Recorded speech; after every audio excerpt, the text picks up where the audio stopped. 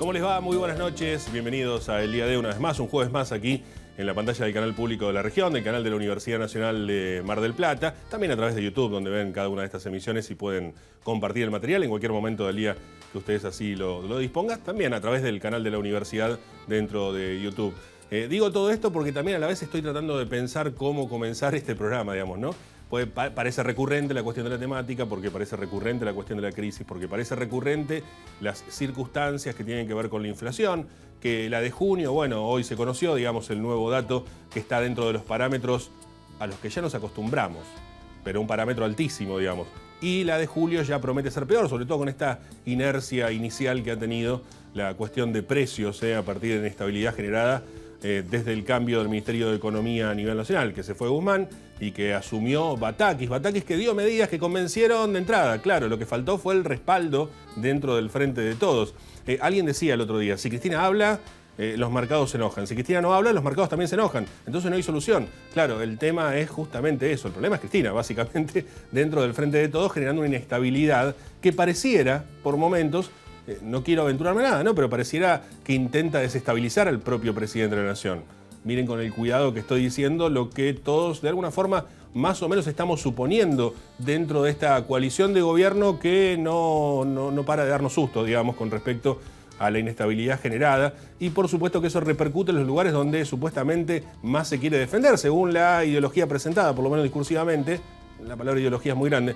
Por lo menos discursivo, que tiene que ver justamente con hacia dónde apunta a mejorar las condiciones de vida de la mayoría de los argentinos, principalmente los sectores más vulnerables, que son los que cada vez más están sufriendo las consecuencias de un gobierno que pareciera no saber para dónde ir, básicamente, ¿no? Y sobre todo por la cuestión de la crisis interna. Digo, en algún punto va a haber que frenar toda esta cuestión. Bueno, que hubo una reunión, que en la Quinta de Olivos, que se pusieron de acuerdo en agresión, claro, al no salir a respaldar la designación de Batakis, justamente lo que genera es la inseguridad dentro del famoso mercado.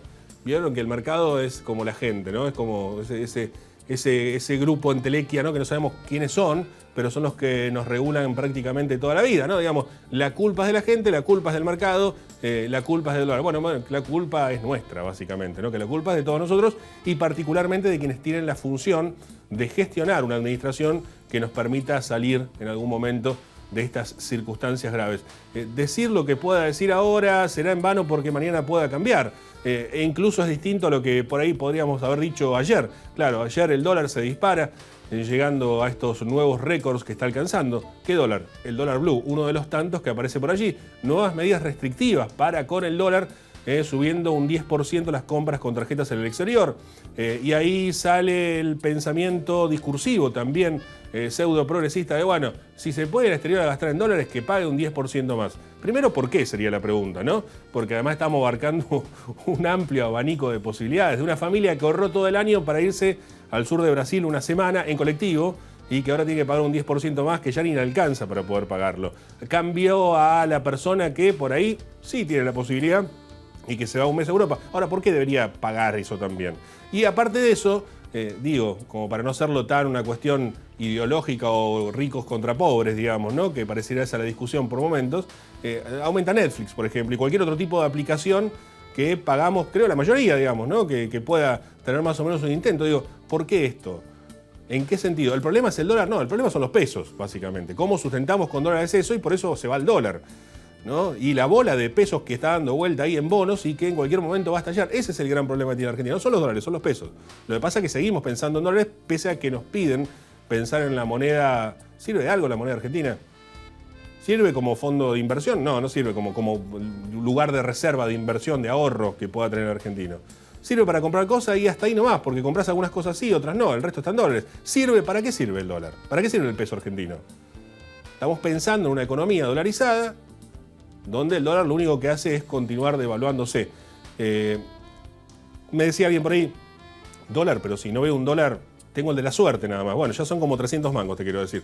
Pero digo, tengo el de la suerte nada más. O sea, que dólares ni siquiera pienso. Claro, lo que pasa es que la evolución de ese dólar genera lo que en economía se suele llamar técnicamente como pass-through, que es el efecto directo que tiene desde el aumento del dólar a los precios. En la Argentina más que nada, no es tan directo, pero evidentemente en la Argentina más que nada, ¿por qué? Porque ya sabemos que donde esa rueda empieza a girar, puede terminar en cualquier lado y por las dudas empezamos a aumentar los precios. Y no tan por las dudas, porque la semana pasada el aumento de los costos de alimentos en almacenes y supermercados fue realmente altísimo, lo que en varios años de inflación en un país más o menos acomodado, no digo el perfecto del mundo, más o menos acomodado, ocurriría que ocurrió en una sola semana, en la primera semana de julio. Es por eso que la expectativa de la inflación próxima que se mida, cuando en principios de agosto se sepa el índice del INDEC, pueda superar el 7% en tan solo un mes, llevando los pronósticos de inflación en la Argentina en un año alrededor del 80 o 90%, incluso según dicen los especialistas, según la tendencia que se está marcando a partir de todo esto.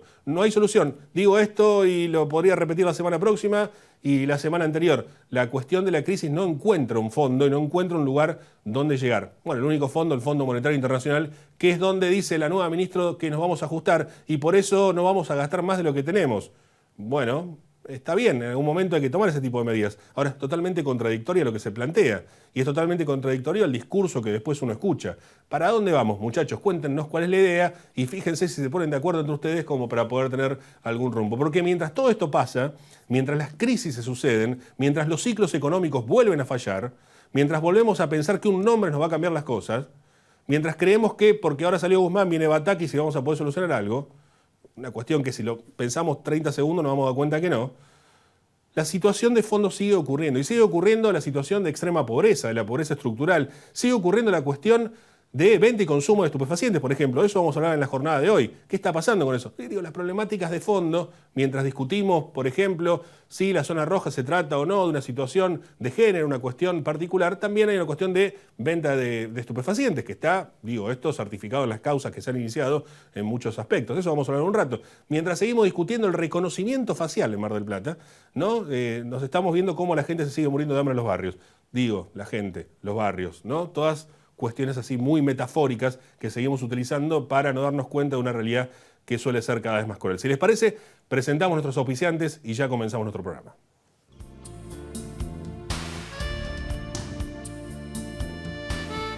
Auspician este programa. Sindicato de Empleados de Comercio Zona Atlántica. UTE, El Libertador. Sindicato Luz y Fuerza Mar del Plata.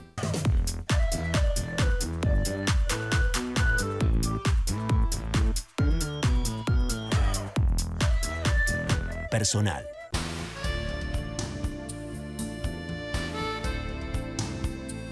Decíamos que las temáticas de fondo muchas veces siguen avanzando y cómo trabajar en todo esto. Claro, ante tanto conflicto urgente, me dijo alguien alguna vez que la política local, sobre todo, se trata de resolver los problemas urgentes y que lo de fondo va quedando, es paliativos permanentes, ¿no? Tratando de solucionar los parches ante el conflicto que aparece en la prensa, porque si no aparece en la prensa tampoco está. Digo porque también, y haciendo quizás una autocrítica de lo que está ocurriendo con los medios de Mar del Plata, hay mucho para hablar de lo que está ocurriendo con los medios de Mar del Plata, pero con lo que está ocurriendo con el periodismo en Mar del Plata, digamos, vemos que también hay mucho silencio en muchos aspectos y cuando aparece algo habitualmente se empieza...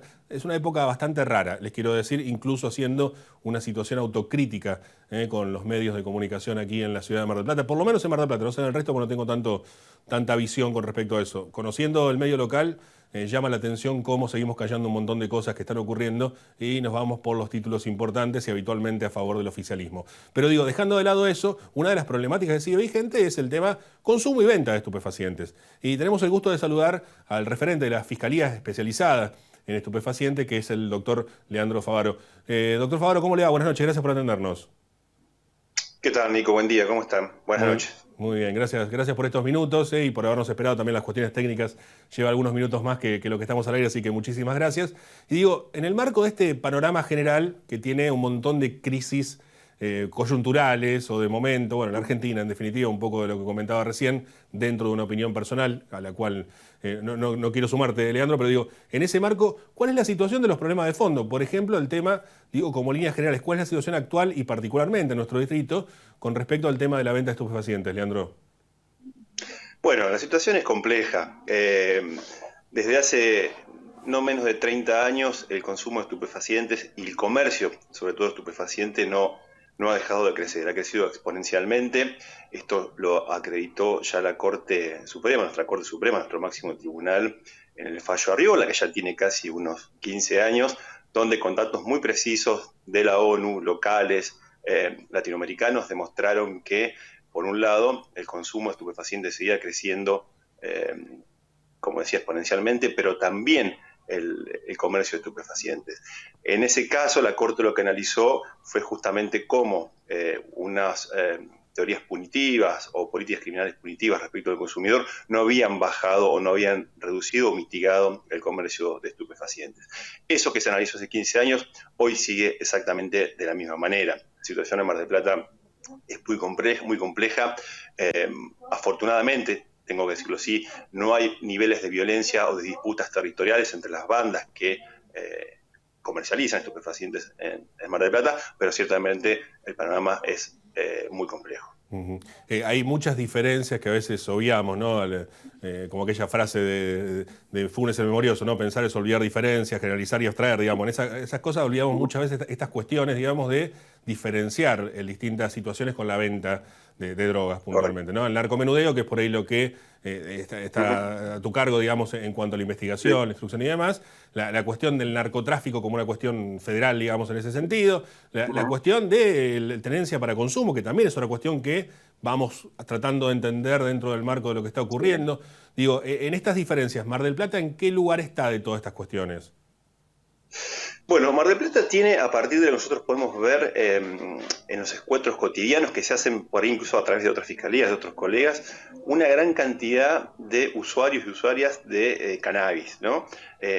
También, por supuesto, vinculado al consumo de otras drogas mucho más complejas y muchas más perjudiciales, como puede ser, por supuesto, la cocaína, y ni hablar en lo que es en la época estival, en el verano, en la temporada, el consumo de MDMA o éxtasis, que son las pastillas que se utilizan en estas fiestas electrónicas. Pero básicamente estas tres son los estupefacientes que más se secuestran aquí en Mar del Plata, cada uno en su época, a ver, podríamos decirlo así de alguna manera.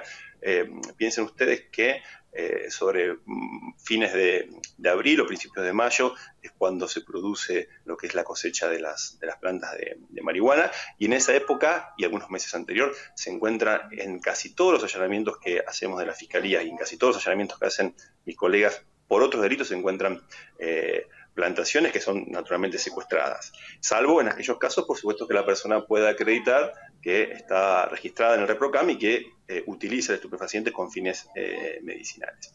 Luego, la sustancia que más se secuestra en los meses del verano, en exactamente diciembre, enero y febrero, es el éxtasis o el MDMA, que, como decía, tiene una estrecha vinculación con lo que son los eventos electrónicos y las fiestas electrónicas que se hacen aquí en Mar del Plata. Y después, lamentablemente, decir que el consumo y la venta y el secuestro de cocaína se produce en forma regular durante todo el año. Pero estas tres sustancias son las que más encontramos aquí en Mar del Plata. Leandro, decías que no había una lucha territorial de bandas, digamos, podríamos decir, está organizado, digamos, habrá alguna disputa menor por alguna situación puntual, pero no hay una disputa de bandas, digamos, territorial, lo cual nos aleja del fantasma Rosario. Lamentablemente usamos Rosario como ejemplo en este tipo de cuestiones, pero ¿hay bandas establecidas de narcotráfico en Mar del Plata como las conocemos, quizá de una serie o de alguna situación similar? Sí, claro. A ver, nosotros los que estamos viendo de los últimos por lo menos 7 años que decidimos apuntar los recursos de la Fiscalía, los escasos recursos de la Fiscalía a investigar estas bandas, es que primero están, por supuesto, divididos territorialmente, puntualmente por algunos barrios o en algunos espacios geográficos que a veces, por supuesto, cruzan la frontera de los barrios o las fronteras de las jurisdicciones policiales, pero lo que sí se da como patrón común en casi todas estas organizaciones es que son grupos familiares. Esto sucede aquí y sucede también en otras partes del país. Es decir, esa situación donde son las familias las que organizan, las que comercializan el estupefaciente, las que dividen eventualmente las bocas de expendio, tienen estilo en común. Es decir, se trata con familias, por supuesto, que después necesariamente requieren de otras personas, de otros seres que son, como decimos nosotros, fungibles, que son los que están en las bocas de expendio y demás, porque esto debemos decirlo y lo sabemos sin ser especialistas en el tema, o mejor dicho, no se requiere ser especialista en el tema para saberlo, que los verdaderos responsables de las organizaciones criminales que están, no digo a alto nivel en la escala de narcotráfico, a niveles internacionales, pero sí a nivel local, nunca o casi nunca son los que están con la droga en sus manos, que muchas veces es el elemento probatorio más importante. Con lo cual, En general, esas organizaciones, esas bandas, esas familias se valen de otras personas, de elementos fungibles, como decía recién, esto es decir, que son fácilmente recambiables, para extender su mercado, para atender sus bocas de expendio, para trasladar estupefacientes de un lugar a otro, y esto complica mucho las investigaciones. No esto solo, sino lo que hoy podemos decir más complica las investigaciones es la falta de recursos tecnológicos. La otra vez hablaba con algunos colegas tuyos donde ahondábamos sobre este tema y tiene que ver con esta situación puntual. Hoy cualquier persona que se dispone a cometer delitos, cualquier tipo de ilícitos, cuenta con un teléfono celular, cuenta con el manejo de una aplicación como es WhatsApp, que es muy difícil hoy intervenir o captar esa comunicación. No se pueden intervenir las comunicaciones por redes sociales, esto lo sabe todo el mundo, no es que estoy develando un misterio, no se pueden intervenir las comunicaciones por Telegram, solamente se pueden rescatar esa información cuando uno secuestra el teléfono. Es decir, el Estado hoy no tiene ni legislación ni medios tecnológicos para poder enfrentar, no digo a una banda mega organizada, a cualquier vendedor de estupefacientes que sabe manejar una aplicación. Es decir, la diferencia entre los recursos que tiene cualquier persona que se dispone a cometer un delito y los que tiene el Estado son abismales. Esto los norteamericanos lo llaman el going dark, es decir, el Estado andando prácticamente a ciegas porque no tiene herramientas para poder investigar este tipo de delitos. Fíjense, o fíjate, Nico, que estoy hablando de delitos menores. ¿Qué sucede a gran escala? Bueno, sucede exactamente lo mismo y peor justamente porque son delitos a grandes escalas.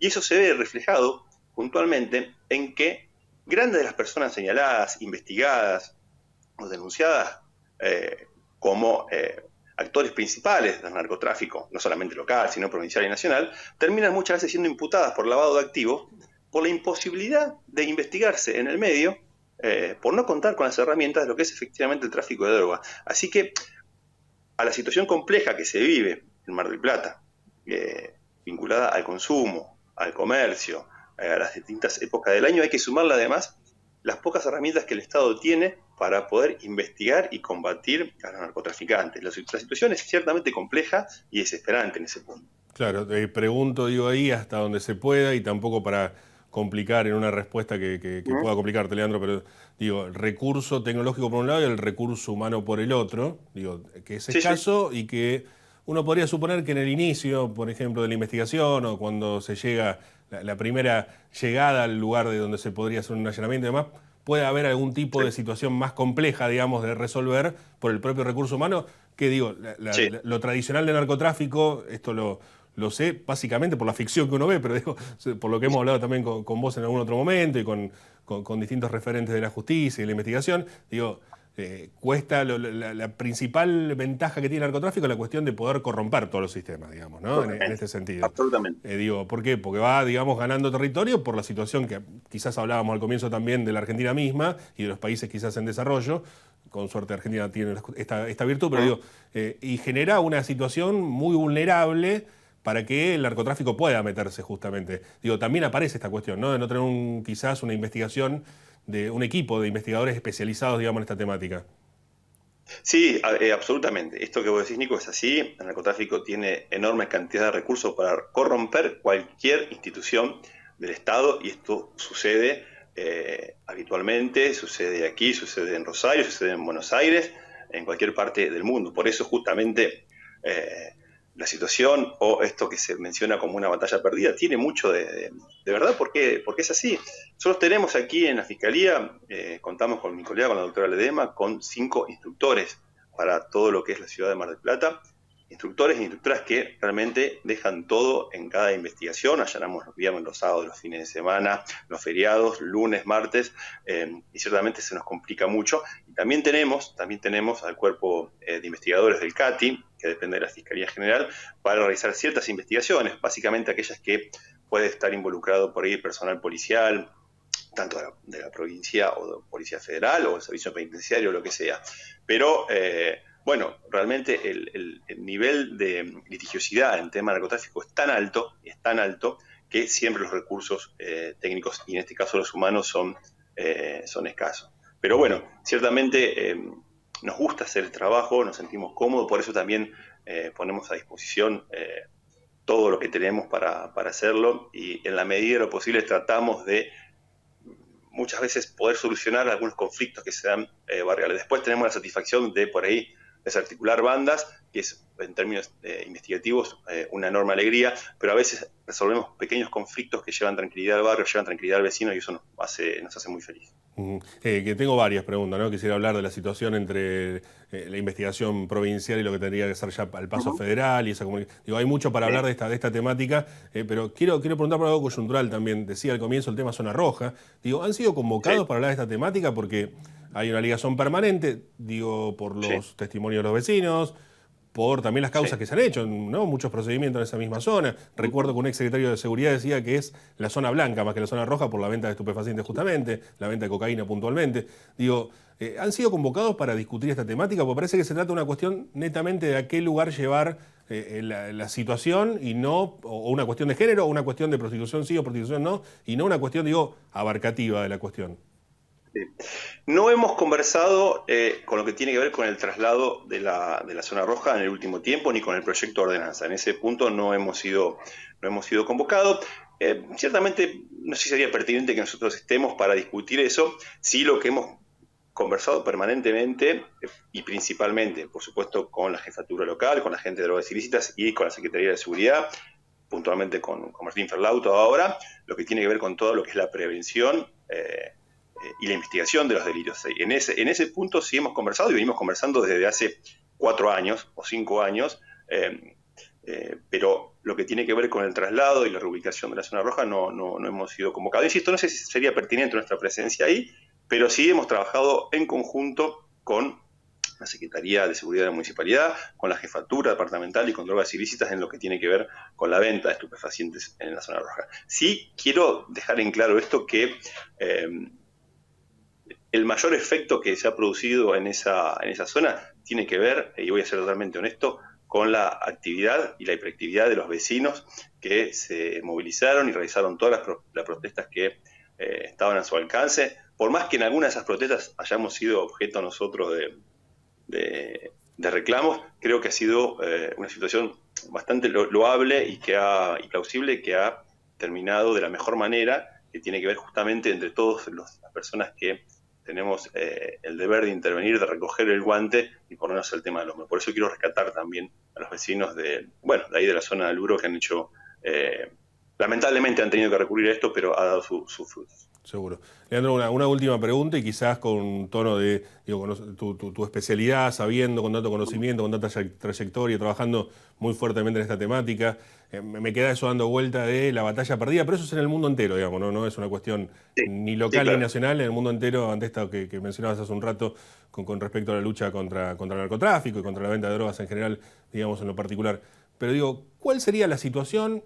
Si es que si pudieses elegir, digamos, ¿no? Te dice, sale el mago de la lámpara y dice, te dejo elegir cómo solucionamos esto. Digo, ¿cuál sería el camino para poder afrontar, no digo ganar la batalla, pero por lo menos de una manera más eficiente esta circunstancia que se está viviendo?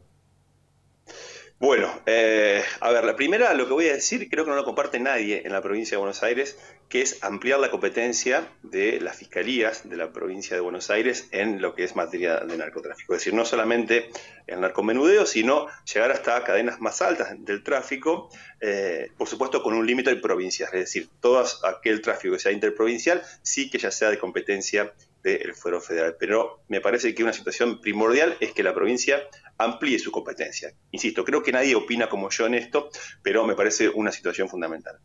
La segunda, tener un cuerpo de instructores especializados, que lo tenemos, pero me refiero a que sea una cantidad suficiente como para poder dar respuesta acabada a todas las cantidades de causas que se presentan en la Fiscalía. Y como vos pensás que en la Fiscalía entran 4.500 causas por año. Es un disparate que es imposible de abordar con 5 personas. O sea, de abordar seriamente, ¿no? Porque se pueden resolver y proyectar distintos tipos de investigaciones, pero seriamente es imposible poder hacerlo. Y la tercera en este caso, tiene que ver con un poco lo que mencionamos recién, la necesidad de actualizar toda la legislación procesal a nivel nacional y provincial, y el aspecto suplementario que es la cuestión tecnológica, y que podamos contar con herramientas tecnológicas que nos permitan captar e intervenir las comunicaciones que hoy en día son imposibles captación y esto dificulta enormemente la situación. Fíjate vos nomás que lo dificultoso que fue abrir en su momento los teléfonos de las personas que están imputadas en Dolores por el homicidio en Pinamar, de los rugby, ¿verdad? Para graficarlo, para que la gente lo entienda. Se tardó casi 1 año y pico. ¿Por qué? Porque no se tenían los dispositivos y no se tenía el software para poder hacerlo. Bueno, eso se pudo hacer porque después se actualizaron las licencias, pero eso es una pequeña parte de todo esto, porque eso, como les decía al principio, se puede utilizar o se puede analizar, o se puede secuestrar, extraer cuando ya el teléfono está secuestrado. Pero en el medio, en este tipo de investigaciones, la investigación en narcotráfico, funciona al revés. Nosotros investigamos durante mucho tiempo, durante muchos meses, y el allanamiento o la detención de la persona es el último momento de la investigación. Es decir, en el medio, en los meses previos a allanar, tenemos muy pocas herramientas. Y eso hoy necesariamente es lo que tenemos que, y de modo primordial, actualizar y contar con ese tipo de herramientas. Leandro, una última, no tenemos más tiempo, pero sí en un minutito lo que se pueda, porque es muy amplio el tema, pero digo, antes se hablaba de Mar del Plata como ciudad de paso. ¿Seguimos siendo una ciudad de paso? ¿Seguimos siendo una ciudad, pasamos a una ciudad con tráfico concreto? ¿Somos una ciudad que produce? Porque también está el tema de que no había cocinas de droga, aquí por lo menos de cocaína no había cocina. Sí. Digo, ¿en qué situación estamos? Bueno, yo lo que hemos observado, ¿no? Primero quiero hacer esta aclaración.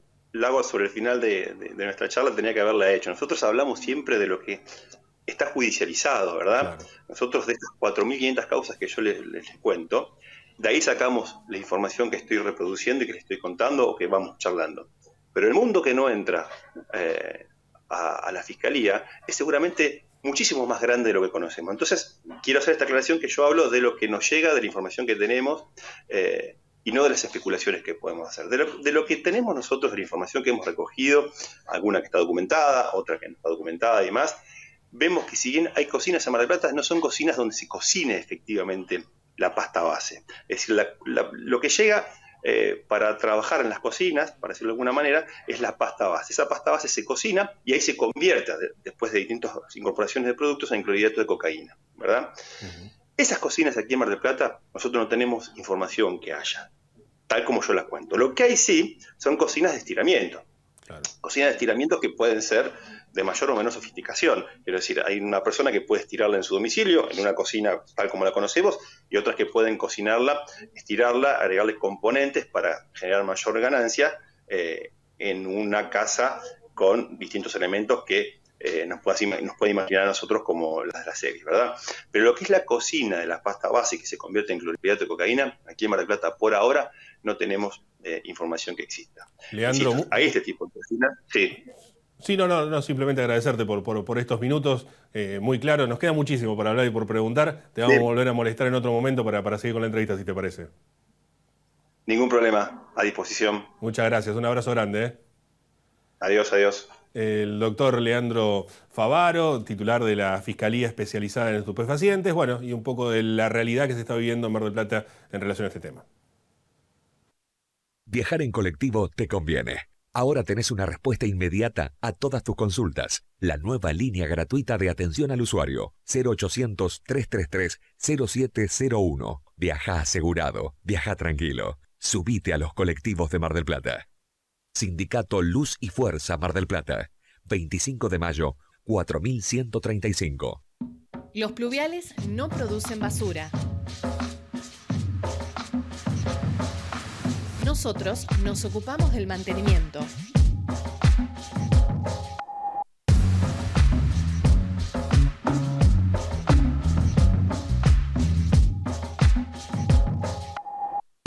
¿Vos hacés tu parte?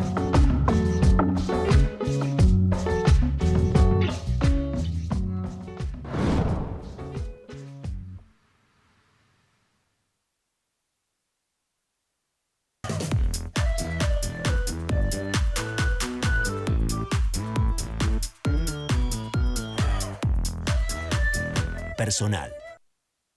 Y luego de esta extensa charla que hemos tenido con el doctor Favaro, que clarísima, nos quedan muchas cosas por preguntar, simplemente decirles que los esperamos el próximo jueves a las 22, aquí en el canal público de la región, en el canal de la Universidad Nacional de Mar del Plata. Que tengan una buena noche y gracias por acompañarnos. Chau.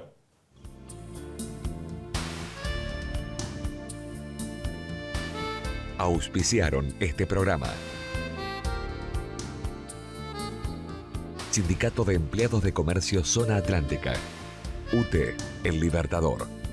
Sindicato Luz y Fuerza Mar del Plata.